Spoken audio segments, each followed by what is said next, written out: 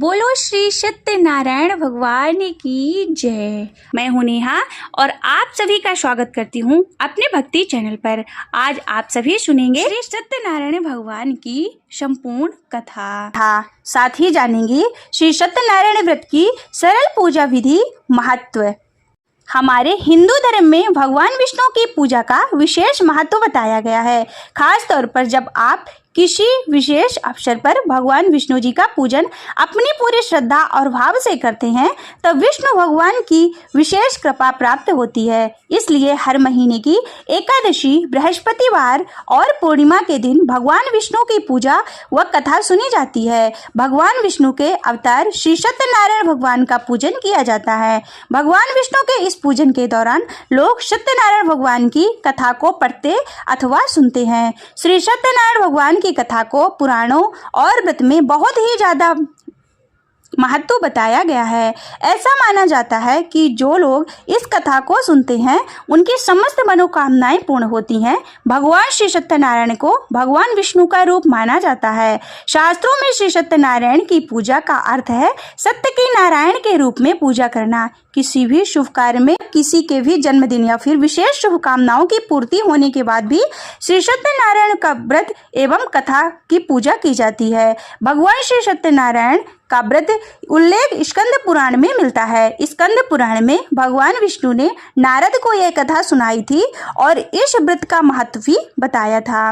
यदि आप घर पर खुद से श्री सत्यनारायण का व्रत करना चाहते हैं तो यह आपके लिए कई तरह से फायदेमंद हो सकता है। श्री सत्यनारायण का कथा का पाठ घर पर करने से घर में सकारात्मक ऊर्जा का प्रवाह रहता है और यह पाठ सभी सदस्यों के मन में श्रद्धा का भाव जगाता है। लेकिन इस कथा के लिए आप कुछ नियमों का पालन जरूर करें जिससे विष्णु जी की कृपा पूर्ण रूप से आपको प्राप्त हो सके। श्री सत्यनारायण भगवान व्रत की पूजन सामग्री। श्री सत्यनारायण भगवान की फोटो या फिर तस्वीर, श्री ठाकुर जी की मूर्ति या फिर शालिग्राम की मूर्ति, लकड़ी की चौकी, कलश के लिए एक लोटा, आम या फिर अशोक के पंच पल्लव, केले का पत्ता, बांस की एक छोटी सी पत्ती सहित डंडी, गाय का गोबर, चौकी पर बिछाने के लिए लाल या फिर पीला वस्त्र, आम की लकड़ी, फूल की माला, गंगा जल, धूप, शहद, दही, दूर्वा, तुलसी पत्र, घी, शक्कर, रुई की बत्ती, पंचमेवा, लाल चंदन, पीला चंदन, सिंदूर, लौंग, इलायची, पान, सुपारी, फल, फूल, दीपक, चावल कलश के ऊपर रखने के लिए अक्षत, हल्दी, कलावा, पंचामृत, प्रसाद, जनेऊ, नारियल, हवन और जौ। भगवान श्री सत्यनारायण की कथा में प्रसाद के लिए गेहूं की पंजीरी का प्रसाद प्रयोग किया जाता है। पंजीरी बनाने के लिए सबसे पहले गेहूं के आटे को देसी घी में भूनने और उसमें गुड़ या फिर चीनी मिलाएं। इसके बाद उसमें ड्राई फ्रूट्स मिलाएं, तुलसी का पत्र मिलाएं, साथ ही में केले के फल को मिलाएं। सत्यनारायण भगवान की कथा यानी विष्णु जी की पूजा करने से सौभाग्य की प्राप्ति होती है। ऐसा माना जाता है कि इससे सभी कामनाएं पूर्ण होती हैं। ऐसा माना जाता है कि इस व्रत को करने से भगवान विष्णु सारे कष्टों को हर लेते हैं। इसलिए घर की शांति और सुख समृद्धि के लिए भगवान श्री सत्यनारायण की विशेष रूप से पूजा लाभकारी मानी जाती है। यह पूजा घर या फिर किसी मंदिर में भी आप करा सकते हैं। इससे बच्चे की लंबी आयु एवं अच्छे स्वास्थ्य के लिए भी श्री सत्यनारायण जी की कथा का पूजन करना विशेष लाभकारी होता है। भगवान श्री सत्यनारायण की कथा सुनने के लिए परिवार के साथ साथ अन्य भक्त जनों को भी शामिल करें। इससे जीवन में सुख समृद्धि आती है। इसके अलावा आप जितने ज्यादा लोग को कथा का प्रसाद वितरण करते हैं उतना ज्यादा ही फल मिलता है। आइए जानते हैं श्री सत्यनारायण भगवान व्रत की पूजा विधि। इस दिन सबसे पहले ब्रह्म मुहूर्त में उठकर सुबह स्नान करें और श्री सत्यनारायण की पूजा एवं व्रत का संकल्प लें। भगवान श्री सत्यनारायण की कथा किसी भी शुभ कार्य या फिर किसी अन्य दिनों में ब्राह्मण को बुलाकर आप सुन सकते हैं। अगर कोई ब्राह्मण ना मिले तो खुद भी आप पूजा करके और घर पे ही आप कथा सुन सकते हैं। लेकिन आप ये पूजा पूर्णिमा के दिन करें तो बहुत ही शुभ फलदायी होता है। पूर्णिमा के दिन शाम के समय स्नानादि से निवृत्त होकर पूजा स्थान को आसन पर बैठ जाएं तथा उसके बाद पूजा वाली जगह को रंगोली बनाएं। उसके बाद एक लकड़ी की चौकी रखें। फिर चौकी के ऊपर केले का पत्ता रखकर उस पर शालिग्राम भगवान को एवं ठाकुर जी को विराजमान करें। चावल से नवग्रह बनाएं। उसके बाद साथ ही गौरी गणेश जी को विराजें। कलश रखें। कलश में गंगा जल और स्वच्छ जल डालें। उसके ऊपर आम के पल्लव रखें। फिर उसके अंदर चावल से भरी हुई कटोरी रखें। फिर उसके ऊपर दीपक जलाकर उसे जलाएं। उसके बाद सबसे पहले गौरी गणेश का पूजन करें। इसके बाद कलश का पूजन करें। साथ ही भगवान श्री शालिग्राम एवं लड्डू गोपाल की पूजन करें। फिर सभी देवी देवताओं का स्मरण करके श्री सत्यनारायण भगवान की कथा को श्रवण करें। हाथ में अक्षत फूल लेकर पूजन की शुरुआत करें तथा उसके बाद श्री सत्यनारायण भगवान की कथा का श्रवण करें। इति श्री सत्यनारायण व्रत कथा पहला अध्याय। एक समय नवमी शारण्य तीर्थ में शौनकादिक 88,000 ऋषियों ने श्री सूत जी से पूछा कि हे प्रभु, कलयुग में वेद विद्या रहित मनुष्यों को प्रभु भक्ति किस प्रकार मिलेगी तथा उनका उद्धार कैसे होगा।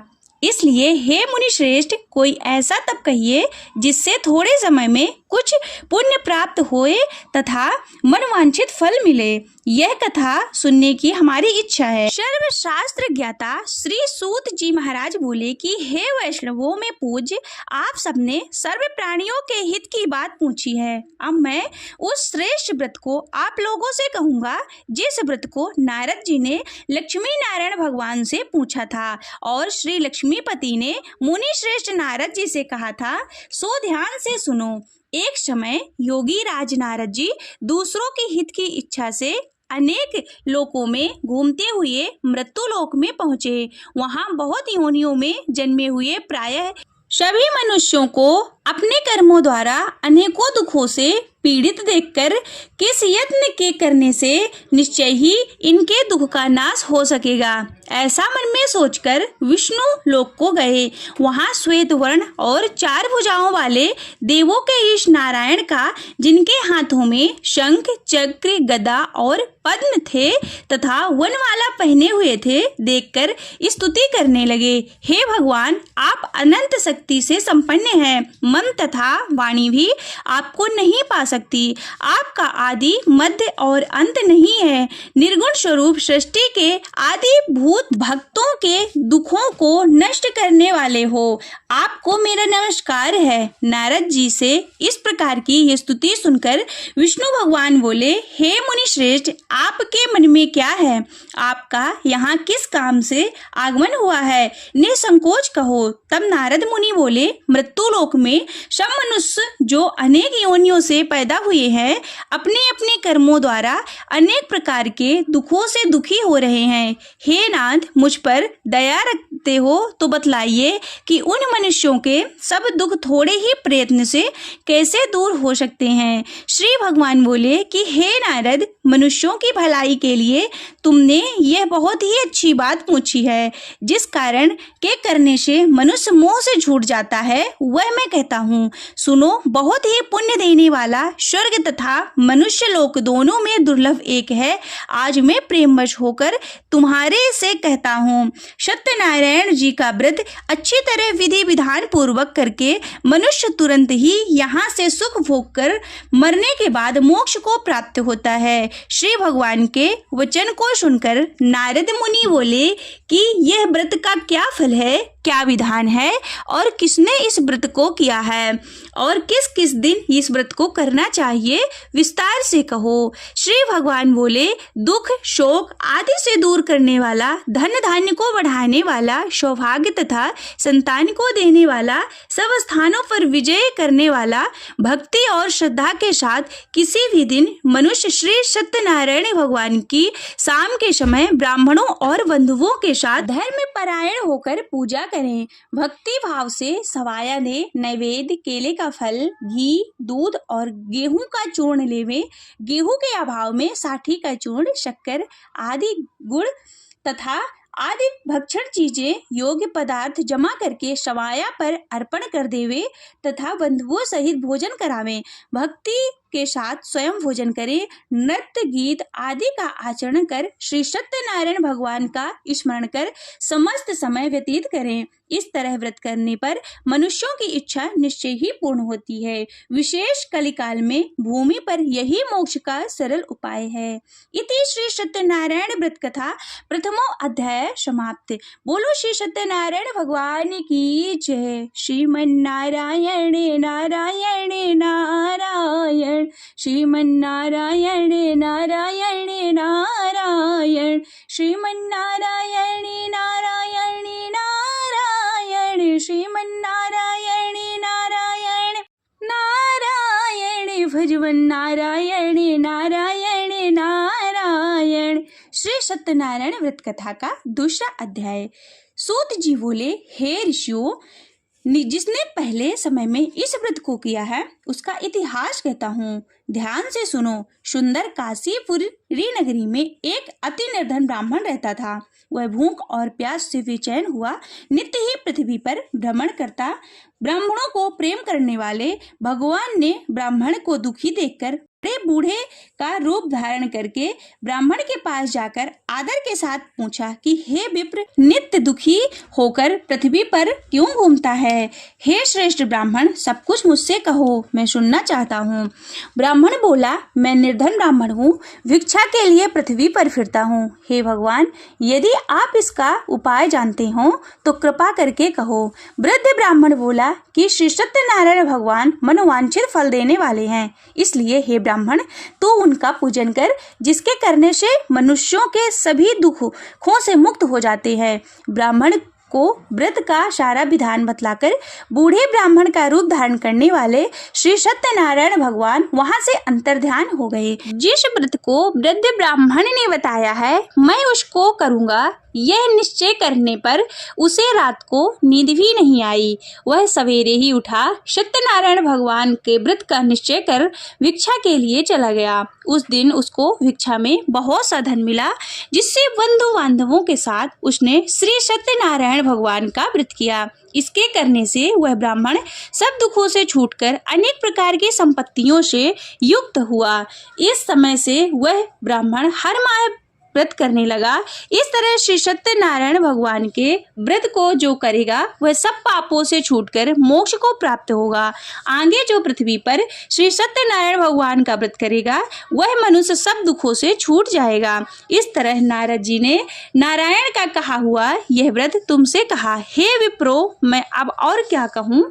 ऋषि बोले, यह सब सुनना चाहते हैं, इसके लिए हमारे मन में श्रद्धा है। सूत जी बोले कि हे मुनियों, जिसने इस व्रत को किया है वह सब सुनो। एक समय वह ब्राह्मण धन और ऐश्वर्य से के अनुसार बंधुओं के साथ व्रत करने को तैयार हुआ। उसी समय एक लकड़ी बेचने वाला बूढ़ा लकड़हारा आया और बाहर लकड़ियों को रखकर ब्राह्मण के मकान में गया। प्यास से दुखी लकड़हारे ने उसको व्रत करते देखकर लकड़हारा ब्राह्मण को नमस्कार कर कहने लगा कि आप क्या कर रहे हैं और इसके करने से क्या फल मिलता है? कृपा करके मुझसे कहो। ब्राह्मण ने कहा, सब मनोकामनाओं को पूर्ण करने वाला यह श्री सत्यनारायण भगवान का व्रत, इनकी कृपा से मेरे यहाँ धन धान आदि की वृद्धि हुई है। ब्राह्मण से इस व्रत के बारे में जानकर लकड़हारा बहुत ही प्रसन्न हुआ। चरणामृत लेवा और प्रसाद खाने के बाद वह अपने घर गया। लकड़हारे के मन में इस प्रकार का संकल्प किया कि आज ग्राम में लकड़ी बेचने से जो भी मुझे धन मिलेगा उसी से मैं श्री सत्यनारायण भगवान का उत्तम व्रत करूंगा। यह मन में विचार कर बूढ़ा ब्राह्मण लकड़ियों को अपने सिर पर रख जिस शहर में गया वहां बहुत धनवान लोग रहते थे। वह ऐसे सुंदर नगर में गया, उस रोज वहां पर उसे उन लकड़ियों का दाम पहले दिनों से चौगुना मिला। तब वह बूढ़ा लकड़हारा दाम ले और अति प्रसन्न होकर पक्के केले के फल, शक्कर, घी, दूध और दही, गेहूं का चूरा इत्यादि सत्यनारायण भगवान के व्रत की कुल सामग्रियां को लेकर अपने घर गया। फिर उसने अपने भाई बंधुओं को बुलाकर विधि के साथ भगवान श्री सत्यनारायण का पूजन कर व्रत किया। उस व्रत के प्रभाव से बूढ़ा लकड़हारा धन पुत्र आदि से युक्त हुआ और समस्त सुख भोग कर वैकुंठ को चला गया। इति श्री सत्यनारायण व्रत कथा दूसरा अध्याय समाप्त। बोलिए श्री सत्यनारायण भगवान की जय। श्रीमन्नारायण नारायण नारायण। श्रीमन्नारायण नारायण नारायण भजमन नारायण नारायण नारायण भजमन नारायण नारायण नारायण बोलो नारायण नारायण नारायण बोलो नारायण नारायण नारायण बोलो श्री सत्यनारायण भगवान की जय। श्री सत्यनारायण भगवान की कथा तीसरा अध्याय। श्री सूत जी बोले, हे श्रेष्ठ मुनियों, अब आगे की कथा कहता हूँ, सुनो। पहले समय में उल्लकामुख नाम का एक बुद्धिमान राजा था। वह सत्यवक्ता और जितेंद्रिय था। प्रतिदिन देवस्थानों में जाता तथा गरीबों को धन देकर उनके कष्टों को दूर करता था। उसकी पत्नी कमल के समान मुख वाली और सती साध्वी थी। भद्रशिला नदी के एक तट पर उन दोनों ने सत्यनारायण देव का व्रत किया। उस समय से वहाँ एक साधु वैश्य आया। उसके पास व्यापार के लिए बहुत सा धन था। नाव को किनारे पर ठहराकर राजा के पास गया और राजा को व्रत करते हुए देखकर विनय के साथ पूछने लगा कि हे राजन, भक्ति युक्त चित्त से यह आप क्या कर रहे हैं? मेरी सुनने की इच्छा है, यह आप मुझे बताइए। राजा बोला, हे साधु, अपने बांधवों के साथ पुत्रादि की प्राप्ति के लिए यह महाशक्ति श्री सत्यनारायण भगवान का व्रत और पूजन किया जा रहा है। राजा के वचन को सुनकर साधु आदर के साथ बोला कि हे राजन, मुझसे इसका सब विधान कहो, मैं भी आपके कथनानुसार इस व्रत को करूंगा। मेरी भी कोई संतान नहीं है और इससे निश्चय ही होगी। राजा से यह सब विधान सुन व्यापार से वृद्धि हो आनंद के साथ घर गया। साधु ने अपनी स्त्री से संतान देने वाले इस व्रत का समाचार सुनाया और कहा कि जब मेरी संतान होगी तब मैं इस व्रत को करूंगा। साधु ने ऐसे वचन अपनी पत्नी लीलावती से कहे। एक दिन उसकी स्त्री लीलावती पति के साथ आनंदित हो सांसारिक धर्म से प्रवृत्त होकर श्री सत्यनारायण भगवान की कृपा से गर्भवती हो गई तथा 10वें महीने में उसके एक सुंदर कन्या को जन्म दिया। कन्या दिन पर इस तरह बढ़ने लगी जैसे शुक्ल पक्ष का चंद्रमा बढ़ता है। कन्या का नाम कलावती रखा गया। जब लीलावती ने मीठे शब्दों में अपने पति से कहा कि आपने जो संकल्प किया था कि भगवान का व्रत करूंगा, अब आप उसे करिए। साधु बोले, हे प्रिय, इसके विवाह पर करूंगा। अपनी पत्नी को आश्वासन देकर वह नगर को गया। कलावती पितृगृह में वृद्धि को प्राप्त हो गई। साधु ने जब नगर में सखियों के साथ अपनी पुत्री को देखा तो तुरंत ही दूत बुलाकर कहा कि पुत्री के वास्ते कोई सुयोग वर देख लाओ। साधु की आज्ञा पाकर दूत कंचन नगर पहुंचा और वहां पर बड़ी खोज कर और देखभाल कर लड़की के वास्ते सुयोग वड़िक पुत्र को ले आया। उस सुयोग लड़के को देखकर साधु ने अपने भाई बंधुओं सहित प्रसन्न चित्त अपनी पुत्री का विवाह उसके साथ कर दिया, किंतु दुर्भाग्य से विवाह के समय भी व्रत करना भूल गया। तब श्री सत्यनारायण भगवान क्रोधित हो गए और शाप दिया कि तुम्हें दारुण दुख प्राप्त होगा। अपने काम में कुशल साधु बनिया अपने जमाता सहित समुद्र के समीप रत्नपुर नगर में पहुंचा और वहां दोनों ससुर जमाई चंद्रकेतु राजा के नगर में पहुंचे और व्यापार करने लगे। एक रोज भगवान श्री सत्यनारायण की माया से प्रेरित कोई चोर राजा का धन चुराकर शीघ्र जा रहा था, किंतु पीछे से राजा के दूतों को आता देखकर चोर ने घबराकर भागते भागते धन को वहां चुपचाप रख दिया जहां दोनों ससुर और जमाई ठहरे हुए थे। तब दूत ने उस साधु वैश्य के पास जाकर राजा के धन को रखा देखकर दोनों को बांधकर ले गए और प्रसन्नता से दौड़ते हुए राजा के समीप जाकर बोले कि यह दो चोर हम पकड़कर लाए हैं, देखकर आज्ञा दें। राजा की आज्ञा से उनको कठिन कारावास को डाल दिया गया और उनका धन राजा ने छीन लिया। उसी साप द्वारा उनकी पत्नी भी घर पर बहुत दुखी हुई और घर में जो धन रखा था उसे चोर चुरा कर ले गए। शारीरिक और मानसिक पीड़ा तथा भूख प्यास से अति दुखित हो अन्न की चिंता में कलावती एक ब्राह्मण के घर गई। वहां उसने श्री सत्यनारायण भगवान का व्रत होते हुए देखा। वहां उसने कथा सुनी तथा प्रसाद को ग्रहण किया। रात को घर आई माता ने कलावती से कहा कि हे पुत्री, दिन में कहाँ रही और तेरे मन में क्या है? कलावती बोली कि हे माता, मैंने एक ब्राह्मण के घर श्री सत्यनारायण भगवान का व्रत देखा। कन्या के वचन को सुनकर लीलावती भगवान के पूजा की तैयारी करने लगी। लीलावती ने परिवार और बंधुओं सहित भगवान श्री सत्यनारायण का पूजा किया और यह वर मांगा कि मेरे पति और दामाद शीघ्र ही घर आ जावें और प्रार्थना की कि हम सबका अपराध क्षमा करो। भगवान श्री सत्यनारायण भगवान इस व्रत से संतुष्ट हो गए और राजा चंद्रकेतु के स्वप्न में दिखाई दिया और कहा कि हे राजा, तुमने दोनों बंदी वैश्य प्रातः ही छोड़ दो और उनका सब धन जो तुमने ग्रहण किया है वह दे दो, नहीं तो तेरा धन नष्ट हो जाएगा, पुत्रादि सब नष्ट हो जाएगा। राजा को ऐसा वचन सुनाकर भगवान अंतर ध्यान हो गए। प्रातःकाल राजा चंद्रकेतु ने सभा में आकर स्वप्न सुनाया। अब दोनों वणिक पुत्रों को कैद से मुक्त कर सभा में बुलाया। दोनों ने आते ही राजा को नमस्कार किया। राजा मीठे वचनों से बोले कि महानुभावों, भाग्यवश ऐसा कठिन दुख प्राप्त हुआ है, अब कोई भय नहीं। ऐसा कहकर राजा ने उनको नए नए वस्त्राभूषण पहनाए तथा उनका जितना भी धन लिया था उसका दुगुना धन मिलाकर विदा किया। दोनों वैश्य अपने घर को चल दिए। इति श्री सत्यनारायण व्रत कथा तृतीय अध्याय समाप्त।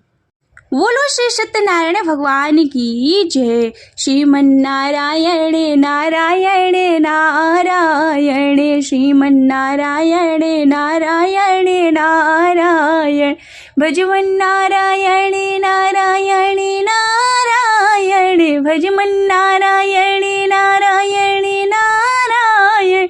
बोलो नारायण नारायण नारायण, बोलो नारायण नारायण नारायण। बोलो श्री सत्यनारायण भगवान की जय। श्री सत्यनारायण भगवान की कथा चौथा अध्याय। श्री सूत जी बोले, वैश्य ने मंगलचार करके यात्रा आरंभ की और अपने नगर को चला।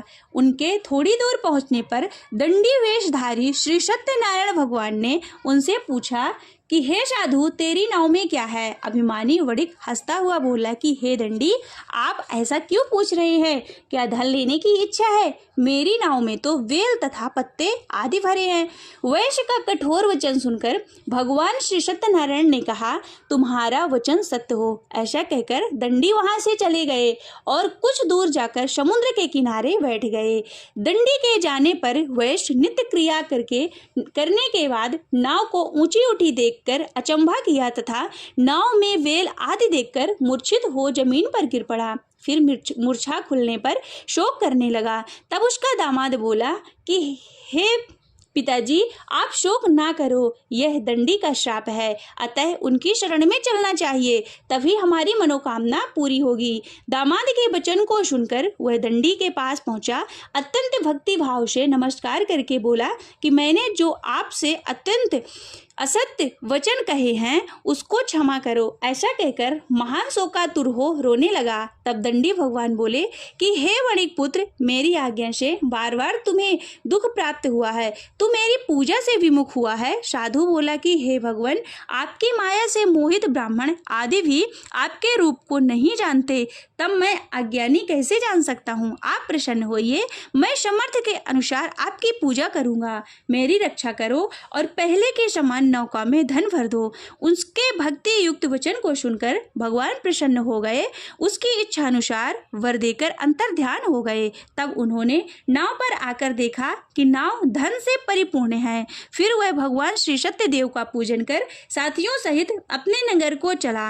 अब अपने नगर के निकट पहुंचा तब दूत को घर भेजा। दूत ने साधु के घर जा उसकी पत्नी को नमस्कार करके कहा कि साधु अपने दामान सहित इस नगर के समीप आ गए हैं। ऐसा वचन सुनकर लीलावती ने बड़े ही हर्ष के साथ सत्यदेव का पूजन कर पुत्री से कहा कि मैं अपने पति के दर्शन को जाती हूँ, तू कार्य पूर्ण करके शीघ्र आ जाना। माता के वचन को सुनकर कलावती प्रसाद छोड़कर पति के पास गई। प्रसाद की अवज्ञा के कारण सत्यदेव ने रुष्ट हो उसके पति को नाव सहित पानी में डुबा दिया। कलावती अपने पति को न देखकर रोती हुई जमीन पर गिर पड़ी।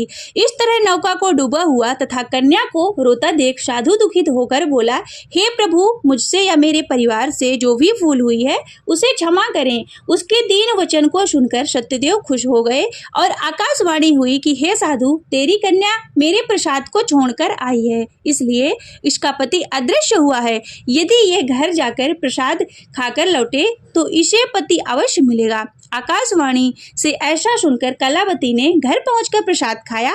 फिर उसने आकर अपने पति के दर्शन किए। तब वैश्य परिवार के सब लोग प्रसन्न हुए।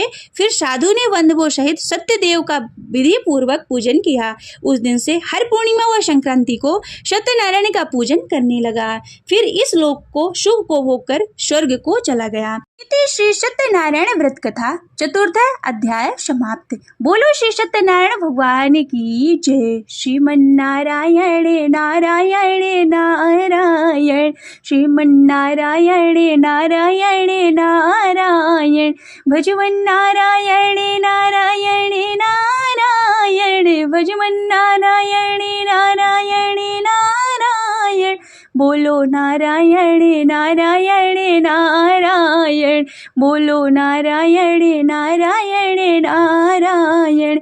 श्री सत्यनारायण व्रत कथा 5वां अध्याय। श्री सूत जी बोले, हे ऋषियों, मैं और भी कथा कहता हूँ, सुनो। प्रजा पालन में लीन तुंगध्वज नाम का राजा था। उसने भी भगवान का प्रसाद त्याग कर बहुत ही दुख पाया। एक समय में वन जाकर पशुओं को मारकर वड़ के पेड़ के नीचे आया। उसने भक्ति भाव से ग्वालों और बांधवों सहित श्री सत्यनारायण भगवान जी का पूजन करते देखा। राजा देखकर भी अभिमानवश वहां ना गया और ना ही नमस्कार किया। तब ग्वालों ने भगवान का प्रसाद उसके सामने रखा तो वह प्रसाद को त्याग कर अपनी सुंदर नगरी में चला गया। वहां उसने आकर अपना सब कुछ नष्ट पाया तो वह जान गया कि यह सब कुछ भगवान श्री सत्यनारायण ने किया है। तब वह विश्वास कर ग्वालों के समीप गया और विधि पूर्वक पूजन कर प्रसाद को खाया। सत्यदेव की कृपा से सब पहले जैसा हो गया तथा इस लोक पर सुख भोग कर वह स्वर्ग लोक को गया। जो मनुष्य इस दुर्लभ व्रत को करेगा वह भगवान की कृपा से उसे धन की प्राप्ति होगी, निर्धन धनी होगा, बंदी बंधन से मुक्त होकर निर्भय हो जाता है, संतानहीनों को संतान प्राप्ति होती है, सब मनोरथ पूर्ण होकर अंत में वैकुंठ धाम को जाता है। जिन्होंने पहले इस व्रत को किया इसके दूसरे जन्म की कथा कहता हूँ। वृद्ध सतानंद ब्राह्मण सुदामा का जन्म लेकर मोक्ष को पाया। उल्लिकामुख नाम का राजा दशरथ होकर वैकुंठ को प्राप्त हुए। साधु नाम के वैश्य मोरध्वज बनकर अपने पुत्र को आरे से चीरकर मोक्ष किया। महाराज तुंगध्वज जन्मांतर में स्वयं भू मनु हुए होकर भगवान की भक्ति युक्त कर्म कर मोक्ष को प्राप्त हुए।